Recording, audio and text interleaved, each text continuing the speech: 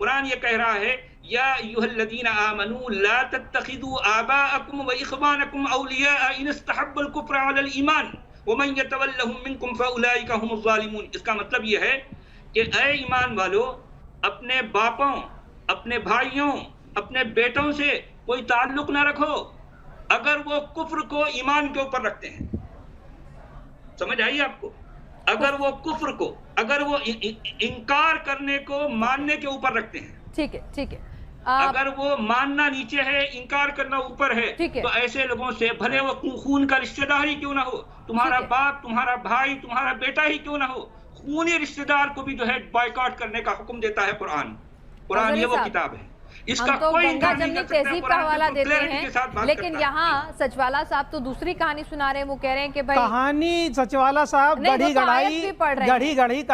गढ़ाई कहानी सुना रहे हैं इनको। जब औलिया का नहीं, आयत पढ़ने से क्या होता है, आयत का जो औलिया का तर्जुमा है, जो वली और औलिया का मतलब ही नहीं समझ रहे हैं कि कुरान ने औलिया का मतलब यहाँ पे क्या लिया है, तो ये क्या तर्जुमा करेंगे, तर्जुमा ही गलत कर रहे हैं। औलिया का मतलब होता है कि जब बाप अपनी बेटी का निकाह करता है तो वो उसका वली होता है। वली का मतलब होता है यहाँ पर कि गार्जियन। हम ऐसे शख्स को कैसे गार्जियन बना सकते हैं जिससे हमारा मतभेद है, हमारे जो विचार हैं वो मिल ही नहीं रहे हैं, तो हम किसी ऐसे शख्स को कैसे अपना वली बना सकते हैं, अपना गार्जियन कैसे बना सकते हैं? जब दुनियावी मामलात में, छोटे छोटी चीज़ों में अगर हमारा आपका मतभेद है तो हम आपको अपना गार्जियन नहीं बना सकते हैं। तो जो दीन का मामला है, इतना गहरा मामला है, इतना अहम मामला है, उसमें हम कैसे उनको अपना गार्जियन बना ले? यहाँ औलिया का मतलब गार्जियन है, ना कि कुछ और। ये गलत तर्जुमा कर रहे हैं। सिर्फ आयत पढ़ने से कुछ नहीं होता, उसका सही तर्जुमा करना जरूरी होता है। और तर्जुमा उसी वक्त सही होगा जब इंसान किसी चीज़ को पॉजिटिवली लेगा। ये हर चीज़ को निगेटिव वे में ले जा रहे हैं ना। दरअसल ये हिंदुस्तान के अमन शांति को भंग करना चाहते हैं। दरअसल इस वजह से ये कुरान का गलत तर्जुमा कर रहे हैं। आप कुरान का गलत तर्जुमा आप कर रहे हैं। देखिए, सुन लीजिए, जितने तर्जुमा निगार हैं आप उनका पढ़ लें, बड़े मौलाना मौदूदी हों या जो है असरार अहमद हों, किसी का भी तर्जुमा पढ़ लें। उन्होंने ये लिखा कि किसी को अपना दोस्त ना बनाओ, उनसे ताल्लुक ना रखो। आप ही बताइए कि जिससे आपका मतभेद हो, जो आपकी बात नहीं मानता है, आपके विचारों से, आपके विचार से मुत्तफिक नहीं, उससे आप क्यों दोस्त रखेंगे? आप क्या मुझे दोस्त रखेंगे? आपकी आइडियोलॉजी अलग है, मेरी आइडियोलॉजी अलग है। अभी आप मुझसे दोस्ती करेंगे क्या? मैं यही तो बोलना चाह रहा हूँ ना, दोस्त नहीं रख सकते। मेरे अपने खून के रिश्तेदारों ने जो है मेरे साथ जो है बाइकॉट कर लिया इस वजह से कि मैं अरबी कल्ट को, इस्लाम नामी अरबी कल्ट को मानने से इनकार कर गया। किया, इतना बड़ा गलत काम किया, आपको कैसे दोस्त रखेंगे? जाहिर बात है, कुरान का इनकार करना, हदीस का इनकार करना बिल्कुल नहीं, सर अगर इनकार कर दिया तो क्या सारे रिश्ते भी खत्म हो जाएंगे साहब? भाई हमारा जब मतभेद है उनके साथ, हमारी आइडियोलॉजी नहीं मिलती, मतभेद तो आपका मेरे साथ भी हो सकता है ना, मतभेद मेरे साथ भी हो सकता है। मेरी अपनी माँ से मतभेद होते हैं, मेरे अपनी माँ से मतभेद होते हैं, अपने पिता से मतभेद होते हैं। मतभेद और हो सकता है वो किसी और को पसंद करते हो, मैं किसी और आइडियोलॉजी को पसंद करती हूँ। इसका मतलब ये नहीं कि मेरे रिश्ते खत्म कर लेंगे वो मुझसे। वो नाराज हो सकते हैं पर रिश्ते नहीं। नाराज ही रहने के लिए कहा गया, और क्या करने के लिए कहा गया? कुछ और तो करने के लिए कहा नहीं गया है। नाराज ही रहने के लिए कहा गया है, कुछ करने के लिए थोड़ी कहा गया है कि नहीं है। या नाराजगी की बात नहीं है। भाई अल्लाह के रसूल सल्लल्लाहु अलैहि वसल्लम की जो जिंदगी है, अगर आप पढ़ें, जब मक्का से हिजरत करके मदीना पहुंचे तो उन्होंने यहूदियों से दोस्ती रखी कि नहीं रखी? उनके साथ मामलात किए, उनके साथ बिजनेस किया। यहाँ तक कि जब अल्लाह के रसूल सल्लल्लाहु अलैहि वसल्लम का इंतकाल हुआ, इस दुनिया से गए, तो उनकी जरा जो है यहूदी के पास रखी हुई थी। अगर मिलना जुलना गैर मुस्लिमों से इस्लाम में जायज नहीं था, तो अल्लाह के रसूल ने उनके साथ बिजनेस कैसे किया, उनके साथ ताल्लुकात कैसे रखे? मतन पर रहे जी। और इस्लाम की हिस्ट्री हमें यह बताती है कि जब माले गनीमत मिलता था तो अल्लाह के रसूल सल्लल्लाहु अलैहि वसल्लम मुसलमानों से ज्यादा गैर मुस्लिमों को देते थे। इन्होंने ये नहीं पढ़ा, पॉजिटिव चीजें नहीं पढ़ी। अगर अल्लाह ने खुद गैर मुस्लिमों से दोस्ती रखी, सुनिए ना सचवाला साहब, वो वही तो बता रहे हैं। वो कह रहे हैं अल्लाह ने अगर गैर मुस्लिमों से दोस्ती रखी है तो फिर आप कौन सी कुरान पढ़ रहे हैं जहां पर अल्लाह जो खुद काम कर रहे हैं उसे करने से मना कर रहे हैं? मैं बता रहा हूं कि अल्लाह के रसूल ने दुनिया से जब गए तो उनकी जरा यहूदी के पास रखी थी। मक्का से जब हिजरत करके मदीना गए तो उनके साथ पीस पैक्ट किया, उनके साथ तिजारत की, उनके साथ बिजनेस किया। ये कौन से इस्लाम को बता रहे हैं? चलिए, कहाँ लिखा है कि अच्छा ठीक है, मैं पूछ रही हूँ अजहरी साहब, कोई आयत जिसमें ये लिखा हो कि हाँ आप दूसरे धर्मों के लोगों के साथ दोस्ती रखें, उनके साथ अच्छा मेलजोल रखें, उनके त्योहारों में शरीक हों, ऐसा कहीं लिखा है? भाई कुरान जब कहता है कि हमें एक दूसरे का रिस्पेक्ट करना है, जब कुरान सीधा सीधा साफ साफ कह रहा है कि फमन शाअ फलयुमिन फमन शाअ फलयकफुर, जो चाहे ईमान लाए जो चाहे ना लाए। इस्लाम तो फाउंडेशन ही नहीं कर रहा। तो फिर काफिर कौन है? आयत आज ही ना पढ़े। क्या इस्लाम में दो लोग नहीं है, एक वो जो अल्लाह को मानते हैं यानी कि मुसलमान, और दूसरे वो जो अल्लाह में विश्वास नहीं रखते यानी काफिर? क्या ऐसे डिवीजन नहीं है? और काफिरों के साथ जो सलूक की बात कही गई है, जो सचवाला साहब कह रहे हैं कि इतना बुरा सलूक करो, क्या ये लिखा है कहीं? बिल्कुल नहीं। या काफिर की कोई और डेफिनेशन है जो आप मुझे बताना चाहते हैं? सचवाला साहब गलत डेफिनेशन बता रहे हैं काफिर की। लिखा हुआ है कि ला इकराहा फिद्दीन, इस्लाम में कोई जोर जबरदस्ती, कुरान खुद कह रहा है कि ला इकराहा फिद्दीन, कोई जबरदस्ती है ही नहीं किसी चीज की, किसी को बिल्कुल मजबूर नहीं किया जाएगा। बुग़्ज़ और इनाद है, उसमें कराहियत और नफरत है, बुग़्ज़ और इनाद है। बुग़्ज़ और इनाद होता तो रसूल सल्लल्लाहु अलैहि वसल्लम जो है ना वो यहूदियों के साथ मामला नहीं करते, उनके साथ लेन देन, उनके साथ बिजनेस नहीं करते। जरा बताइए, अगर बुग़्ज़ और इनाद होता तो ये जो उनका प्रैक्टिकल अमल है वो नहीं होता उनके साथ। और फिर मैंने आपको बार बार अपने दर्शकों को बताया कि अच्छा ठीक है, अज़हरी साहब तो बताइए, मतलब बताइए, बता दीजिए ना, मतलब वो समझना चाह रहे हैं, हो सकता है उन्होंने गलत भाषा, गलत इंटरप्रिटेशन कर ली हो। मैं कह रहा हूं कि अल्लाह के रसूल सल्लल्लाहु अलैहि वसल्लम ने जो प्रैक्टिकल करके दिखाया, अगर इस्लाम में ऐसा मना होता तो रसूल से ज्यादा इस्लाम को मानने वाला कौन था? उन्होंने ज्यूज के साथ बिजनेस किया, उनके साथ उठे बैठे मामलात किए, पीस पैक्ट किया, सब कुछ किया। अगर मना होता तो पीस पैक्ट क्यों करते अल्लाह के रसूल सल्लल्लाहु अलैहि वसल्लम? नहीं, जिसका मतलब पूछ रहे हो बता दीजिए ना सर, क्या चीज का मतलब बताइए। ला इकराह फिद्दीन का क्या मतलब है? ला इकराह फिद्दीन का मतलब है कि इस्लाम में कोई जोर जबरदस्ती नहीं है। इस्लाम नहीं है, यहाँ बात हो रही है दीन की। ला इकराह फिद्दीन का क्या मतलब है बताइए? ला इकराह फिद्दीन का मतलब है कि दीन में कोई जोर जबरदस्ती नहीं है।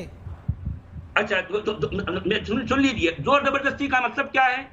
कि बाय फोर्स किसी को इस्लाम में दाखिल करना। सुन लीजिए, आप सुन लीजिए मेरे भाई, अगर एक घर में, सुन लीजिए, बात सुन लीजिए, आपने ये फरमाया कि कोई जोर जबरदस्ती नहीं है। अगर एक घर में अगर 4 लोग रह रहे हैं, 4 लोग रह रहे हैं एक घर में, एक छत के नीचे, उसमें से एक पर ये कह दे कि मैं इस अरबी कल्ब को मानने से इनकार करता हूं, किस चीज को मानने से इनकार कर रहा है? उसके साथ ताल्लुक, जी क्या बताया आपने? क्या चीज मानने से इनकार किया उसने? अरबी कल्ब को, इस्लाम नामी अरबी कल्ब को मानने से इनकार करता है। अच्छा, अब उसके साथ क्या जो है यहाँ पर जबर नहीं होगा?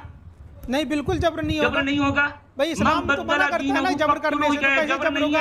उसकी मर्जी है, जब कुरान खुद कर रहा है, कह रहा है कि फमन शाअ फलयुमिन फमन शाअ फलयकफुर। लेकिन सुनिए ना, लेकिन मुर्तद की सजा तो सजा मौत लिखी गई है। काफिर से भी बदतर बताया गया साहब उसे, अज़हरी साहब, जो मेरे जानकारी कहती है, तो वो क्या है? आयतों को मुर्तद की सजा देखिए ऐसा है कि अगर आप ही कोई चीज, अगर मान लीजिए आपकी कोई शॉप है, आपका कोई बिजनेस है, अगर आपकी चीज में कोई शक डाल दे कि सारे जो है ग्राहकों को भड़का दे, तो आप उसके साथ क्या शुरू करेंगे बताइए? धर्म बिजनेस नहीं है साहब, धर्म बिजनेस नहीं है, धर्म बिजनेस नहीं है। मेरे को अपने ईश्वर से, मेरे अल्लाह से, मेरे ईश्वर से मोहब्बत करने के लिए ये कोई बिजनेस नहीं कर रही हूँ मैं, तो वो मेरे धर्म में शक डाल दे, समझाने के लिए बता रहा हूँ, बिजनेस नहीं कर रहा हूँ मैं, एक आपको समझाने के लिए मैं वही कह रही हूँ ना कि भाई अगर कोई मेरे बिजनेस को नुकसान पहुंचाएगा तो मैं उसका कत्ल थोड़ी कर दूंगी।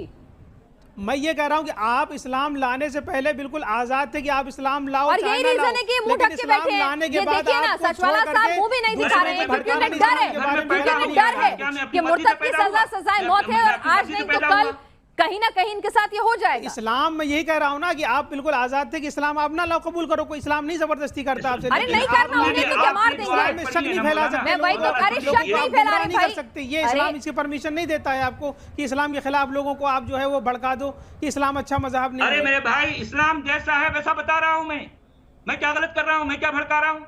अगर इस्लाम में 170 बार जो है, अगर कुरान में कत्ल क़िताल की मुस्तक़ात को दोहराया गया है, तो क्या बताना गलत है? दोहराने से कहाँ साबित होता है कि किसी को मार दिया जाए? अगर ऐसा कुछ होता भाई, मैं यही हर मुसलमान के हाथ में तलवार होती, कहाँ हो रहा है कुछ ऐसा? क्यों किया गया? तो फिर बार-बार हर आतंकी मुसलमान क्यों निकल रहा है साहब? ऐसा कुछ नहीं है कि हर आतंकी मुसलमान निकल रहा है, ज्यादातर तो आप भी जानेंगे नाम रख लेने से कोई मुसलमान नहीं होता, नाम रखने से कोई मुसलमान नहीं होता।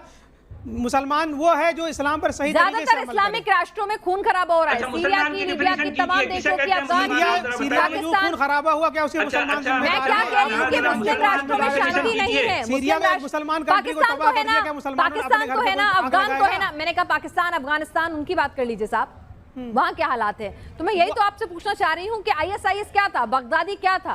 हम उनको कब कह रहे हैं कि वो मुसलमान है? तो मैं वही तो पूछ रही हूँ कि इतनी हिंसा कहाँ से आ रही है? इजाजत ही नहीं देता। हम उन्हें कब कह रहे हैं क्या है मुसलमान किसे कहते हैं, जरा बताइए आप। मुसलमान वो है जो जिए और जीने दे दूसरे को। इस्लाम की तालीम ये है कि लिव एंड लेट लिव, जियो और जीने दो, बताइए पीसफुल रहो और पीसफुल रखो। फालतू की बातें न करें। जियो और जीनो जिनो का जो है का ताल्लुक कुरान से नहीं है। कुरान ये कहता है क़ातिलूहुम हत्ता ला, ये आयतें पढ़ने से ये साबित नहीं कर सकते वो क़ातिलूहुम कहने से। वो क़ातिलूहुम हर जगह नहीं चलेगा। अरे भाई कुरान में क़त्ल क़िताल तो भरा पड़ा है, भरा पड़ा है, लेकिन उसका सरकमस्टांस से सबब नुज़ूल भी आप पढ़िए ना। आपने सिर्फ सारी मनफी चीजें, नेगेटिव चीजें पढ़ ली है ना आपने। जो आपका माइंड है जिस तरह का सेट, वही तरह से आपने पढ़ा है। पेज में कुरान में पाया जाता है हर चीज जो है ना, आपने जिस तरह से अपने माइंड को सेट किया है उस कुरान का हर दूसरा पेज, जिस नजरिए से आप देखेंगे वही नजर आएगा आपको। भरा पड़ा है। हमने तो इस्लाम को और कुरान को मोहब्बत की नजर से पढ़ा, तो हमें तो नहीं नजर आती नफरत कहीं। को जो है आप कुरान के मतन को नहीं जानते तो आप कम से कम गलत बयानी तो न कीजिए। अज़हरी साहब मुझे एक बात बता दीजिए, क्या एक मुसलमान एक हिंदू के घर जा सकता है? उसे अलाउड है? एक हिंदू से दोस्ती रख सकता है? हजारों सैकड़ों दोस्त हैं। एक हिंदू से दोस्ती रख सकता है? क्यों नहीं रख सकता? बिल्कुल। एक हिंदू के त्योहारों में शरीक हो सकता है? बिल्कुल शरीक हो सकता है, जा उसके घर का खा सकता है? झूठ ना बोले, झूठ ना बोले। उसके घर का खा पी सकता है? मना किया किसी से दोस्ती रखना, किसी घर का खा पी सकता है? अरे मेरे भाई, खा पी क्यों नहीं सकता? बिल्कुल खा पी सकता है। किसी क्यों नहीं? हम लोग शादी ब्याह में आते जाते हैं, बुलाते हैं दूसरे को। बिल्कुल इस्लाम इस बात से नहीं मना करता।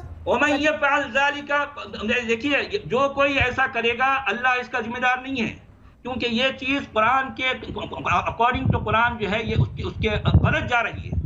सचवाला साहब क्या बोल रहे हैं? अज़हरी साहब, सचवाला साहब आपने क्या बोला? एक बार दोबारा दोहराइए। नहीं, सचवाला साहब गलत इंटरप्रिटेशन कर रहे हैं। हम तो कह रहे हैं कि कुरान कह रहा है, कुरान कहाँ मना कर रहा है? मैं कह रहा हूँ कि अगर कुरान ने नहीं कहा है मिलने के लिए, तो मना भी कहा गया किसी घर नहीं जा सकते, किसी से दोस्ती नहीं रख सकते। कहाँ मना है किसी से दोस्ती ना रखना? औलिया का मतलब है, आप जो बता रहे हैं कि गार्डियन, ये गलत मतलब है। एक बेटा अपने बाप का गार्डियन नहीं होता। क्यों नहीं? बुढ़ापे में आपका बेटा आपका गार्जियन नहीं हो सकता? ऐसी बात कर रहे हो आप? मैं वही तो कहना चाह रहा हूँ ना। ये गार्डियन का मतलब यानी मुफस्सिरीन ने या मुतर्जिमीन ने नहीं लिया, ये आप ले रहे हैं। चलिए, आपकी अपनी अपनी इंटरप्रिटेशन है। यहाँ पर अज़हरी साहब कह रहे हैं कि आप एक्स मुस्लिम हैं, आपने क्योंकि इस्लाम को छोड़ दिया तो आपको उसमें सिर्फ खामियां नजर आएंगी, आपने कुरान को नेगेटिव माइंडसेट से पढ़ा है। अज़हरी साहब कर रहे हैं उन्होंने मोहब्बत के मन से पढ़ा है तो उन्हें सब अच्छा दिखेगा। आप दोनों की इंटरप्रिटेशन हमने जनता के सामने रखी। आज का जो सवाल था उसके मुद्दे पर, क्या गैर धर्म के लोग, हिंदू सिख ईसाई कोई भी धर्म के लोगों के साथ दोस्ती रखना, उनके घर आना जाना, खाना पीना, ये तमाम चीज़ों की इजाज़त क्या इस्लाम देता है? तो हमने आपकी राय जानी, कुरान हदीस क्या कहते हैं ये जानने की कोशिश की। आपके ये निजी विचार थे। हम तमाम धर्मों का पूरा सम्मान करते हैं। आज के लिए हमारे खास शो क्या कहता है इस्लाम में इतना ही।